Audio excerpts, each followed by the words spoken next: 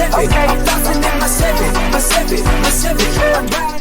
y'all, what's going on, y'all? It's your boy LSRI254, man. We are back in the garage and we are fooling with the C10. As y'all know, last time I was telling y'all we needed to we replaced the hose that is right here.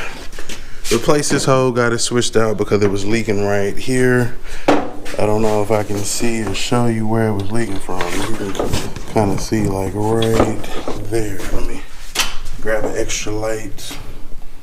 Anyway, it was leaking right around the neck. So we got that replaced out.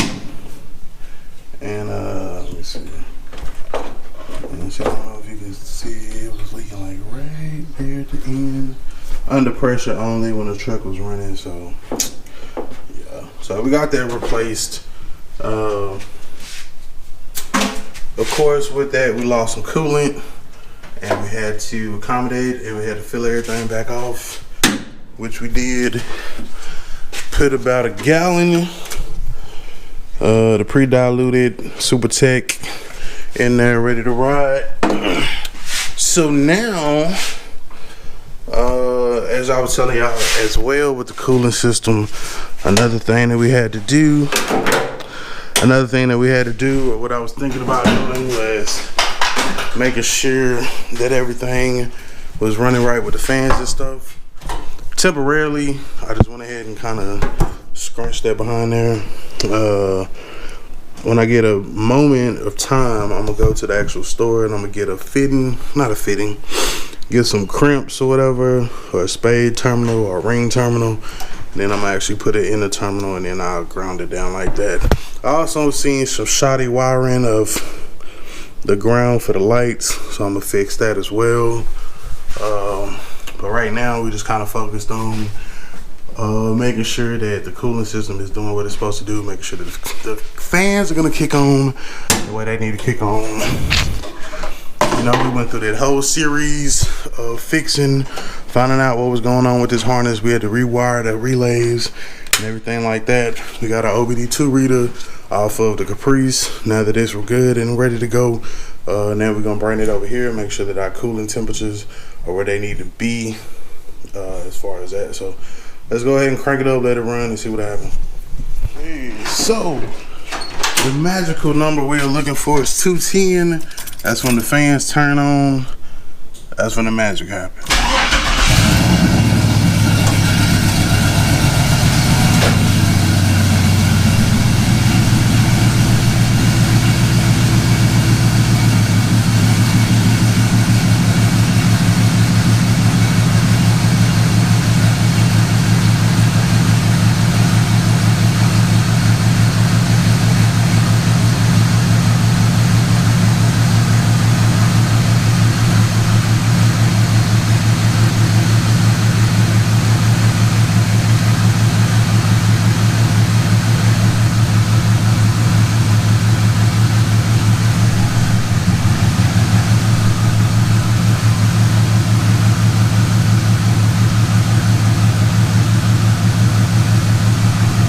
As you can see, it's already rising. I cut you back on when we get to 210, man. Of course, I pulled up some codes. I went ahead and cleared them. Some was for an injector. So I figured that, like I said, them pink wires, they all have a purpose. They all have a task. So it had like a misfire code, even though it sounded good. It was still throwing that code. So what I did is I just took that pink wire that was, you know, just flapping in the wind, wired it around that one, and then I can go back and solder that one on there and then just run it all in there like that. It doesn't necessarily have to go all the way into the harness. Like I said, this is what you run into, man, when you have to fix somebody else's work or whatnot. So let's crank it back up and see, run the codes, continue to go to 210 and see what happens.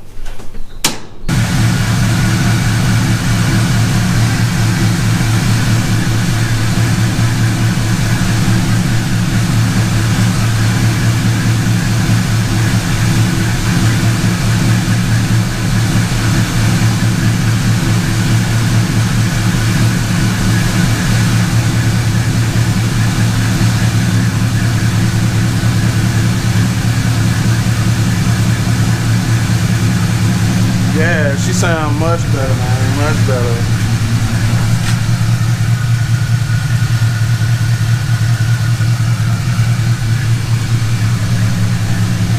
Like I said, it helps when you know what you're doing, man. So we got check engine, malfunction indicator lamp, control circuit. I don't think that had nothing to do with the actual running injector circuits. Shift torque converter clutch circuit. Shift timing solenoid. But those don't apply because we running the 350 trans.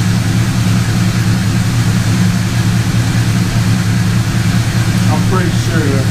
I'll do some research into it to make sure, but I'm pretty sure we're good to go. On the shift solenoid thing that we running electronic training. I mean the 350 trans.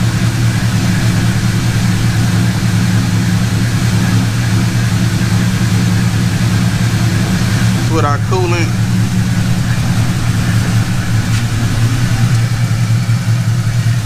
Right down here is where it was leaking before, but as you can see, nothing's leaking, it's all good, which is a very good sign. We don't have any leaking going on over here either, so we good to go. As far as the hose installation. Now we're just getting the engine up to tilt, making sure these fans is running the way they're supposed to.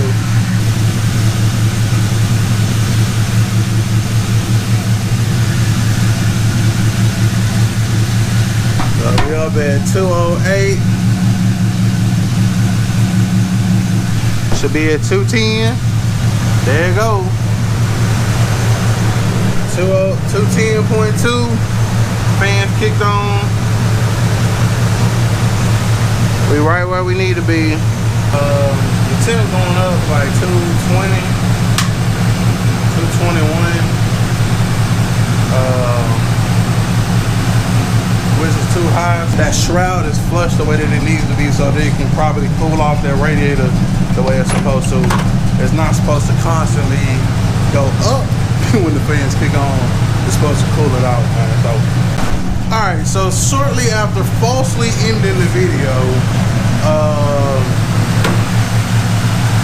what I did was I took the cap off of the radiator. You should never do this shit at home. Don't try it, you'll burn yourself. And this is the disclaimer right here. Carefully with a rag, but I'm still not telling you to do it. I figured it was like some air bubbles or something in the system. I wanted to make sure. So what I did, I took the top off of here, let it overflow a little bit. Filled this up with antifreeze, left the top off, cranked the engine.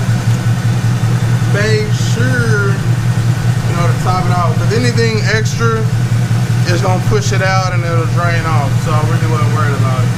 But here, with the seal system, because it doesn't have an actual inlet for the radiator, this is where that pressure is at.